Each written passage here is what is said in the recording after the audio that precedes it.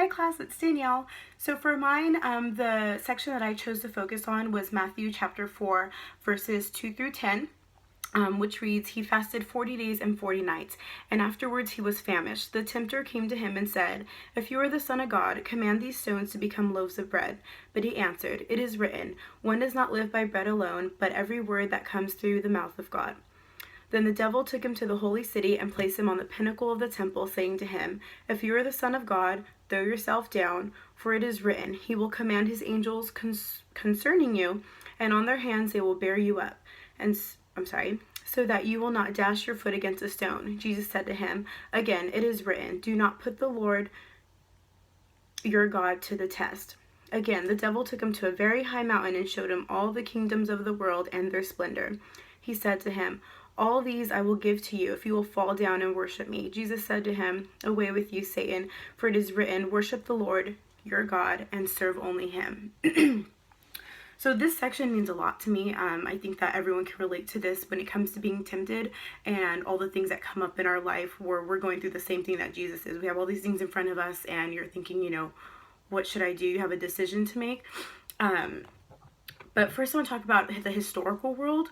So I think what was going on historically in this time, why everyone was tempting Jesus or why people kept questioning him or testing him, I think mostly one big one is that this was a time where there was still kings everywhere. So you didn't have a president or you didn't have really high public figures. What you had was a king, you had the priests, you had all those high people that you looked up to.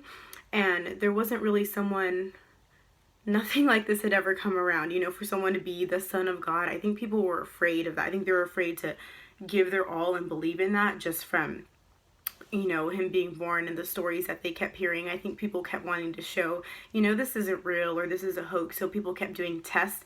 This isn't the only time that Jesus was tempted or tested in Matthew either. I know that the Sadducees and Pharisees kept trying to test him with questions. Even to the moment where he's getting crucified, they're saying, if you are the Son of God, where is he? Why isn't he saving you? So his whole life he dealt with this. That's so important to me to think about because we all go through this every day, but the way that Jesus dealt with it is so crucial. I think we all need to be that way.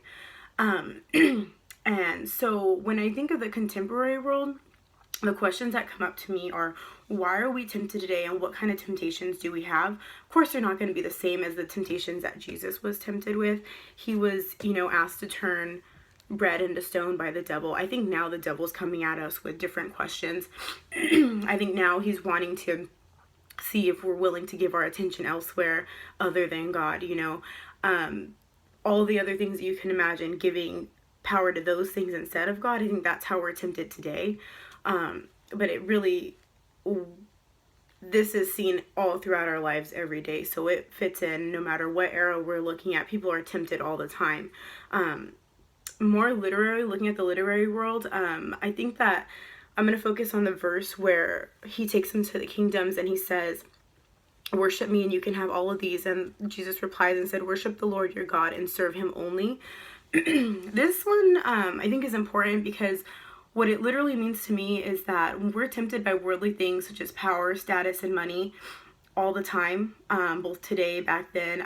We've always seen this.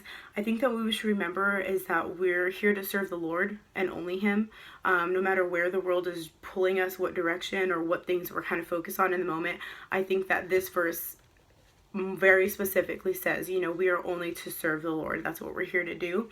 So I think both in the historical, contemporary, and literary worlds, this verse goes everywhere that you can take it. It means so much. And let's see. I think that's it. Thank you for listening. I'm excited to watch you guys' videos.